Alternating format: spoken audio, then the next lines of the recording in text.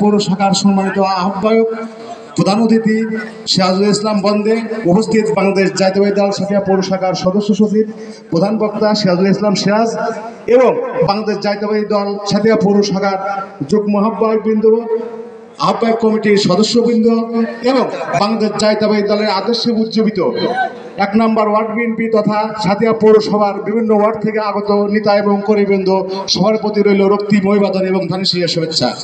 বক্তৃতার শুরুতেই আমি শ্রদ্ধার সাথে বিনয়ের সাথে স্মরণ করছি আমাদের 14 বাজন মুরব্বী আল্লাহ সিদ্দিকুল ইসলাম এবং আমাদের বড় ভাই ছাচ্ছু ভাইয়ের রুহের মাগফিরাত কামনা করে ১ নম্বর ওয়ার্ড বিএনপির নেতা এবং কর্মীবৃন্দ যারা আছেন তাদের সাথে সহমর্মিতা এবং একমত পোষণ করে বাংলাদেশ জাতীয়তাবাদী দল সাতিয়া পৌর শাখার কমিটি গঠন পূর্বক যে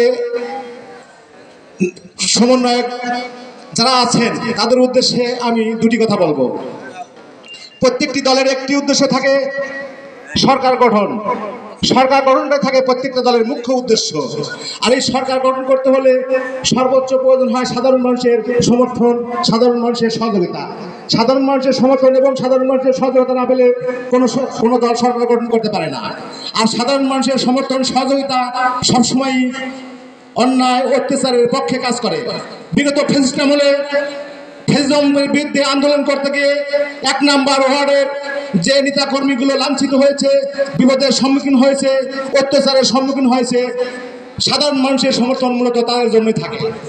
আর আমার সেই লক্ষ্যেই এদের উদ্দেশ্যে আমার চাওয়া এবং পাওয়া থাকবে এই ফ্যাসিজমের বিরুদ্ধে আন্দোলন করতে যারা নিয়োজিত হয়েছেন আগামী দিনের কমিটিতে তাদেরকে সমন্বয় করে কমিটি দিবেন এবং তাদের সংখ্যা যদি বেশি হয় ৫১ এবং ৭১-এর বেশি হয় তাহলে তাদের মধ্যে সর্বোচ্চ ভালো যারা তাদেরকে সমন্বিত করে ১ নম্বর ওয়ার্ডে কমিটি দিবেন, যাতে আগামী দিনে সাধারণ মানুষের সমর্থন পেয়ে এই কমিটি ওই ৭০ সালের মতন একটি বিস্ফোরণ ঘটাতে পারে সেই আশা এবং প্রত্যাশা ব্যক্ত করে আগত